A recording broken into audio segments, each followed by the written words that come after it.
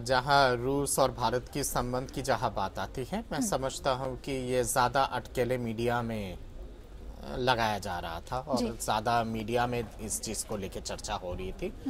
भारत और रूस के बीच में संबंध हमेशा से अच्छा रहा है और हमेशा ही अच्छा रहेगा और इस पे किसी तरह की आशंकाएं जताने की आवश्यकता नहीं है और ना ही किसी तरह के नेगेटिव वे में देखने की ज़रूरत है। मसलन यहाँ पे ये है कि हाँ, ये ज़रूर है कि कोल्ड वॉर के समाप्ति के बाद और यूएसएसआर के डिसइंटीग्रेशन के बाद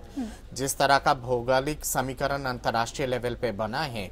उस दृष्टिकोण को ध्यान में रखते हुए भारत को भी अपना पोजीशनिंग उस हिसाब से करने की आवश्यकता थी और भारत ने किया है। पर इसका मतलब ये नहीं है कि रूस के साथ संबंध खराब करके दूसरे देशों के साथ भारत ने संबंध को बेहतर किया है। हाल ही में अमेरिका की तरफ से जब एक बहुत महत्वपूर्ण बयान आया है 2-3 दिन पहले, जहां वहां पे किसी व्हाइट हाउस पे जब प्रेस कॉन्फ्रेंस चल रहा था, वहां पे किसी ने पूछा, किसी मीडिया के कर्मी ने, कि क्या भारत और अमेरिका के बीच में कोई स्ट्रेटेजिक ट्रीटी बंद हो जानी चाहिए या फिर स्ट्रेटेजिक पार्टनरशिप होनी चाहिए। उस पे व्हाइट हाउस के जो प्रवक्ता हैं उन्होंने बहुत सीधे वे में कहा है कि हमें किसी तरह के स्ट्रेटेजिक अलायंस बनाने की कोई आवश्यकता नहीं है। भारत और अमेरिका एक वेल वेदर्ड फ्रेंड है और फ्रेंड विथ म्यूचुअल इंटरेस्ट है और जब म्यूचुअल इंटरेस्ट के माध्यम से जब चीजें बहुत अच्छे तरह से चल रहा है तो किसी तरह के अलायंस बनाने की कोई आवश्यकता नहीं है।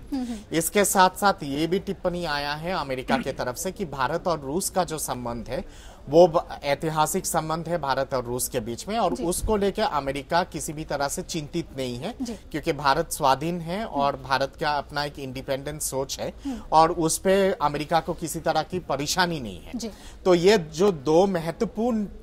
जो संकेत है, एक तो व्लादिमीर पुतिन की तरफ से भारत आने से पहले जो उन्होंने संकेत दिया है और उसके साथ साथ अमेरिका की तरफ से जो संकेत आया है, मैं समझता हूं कि वो मैच्योरिटी विदेश नीति को देखे दिखाती है, चाहे वो अमेरिका के प्रशासन के तरफ से हो, रूस के प्रशासन के तरफ से हो या फिर भारत के प्रशासन के तरफ से हो। ये जो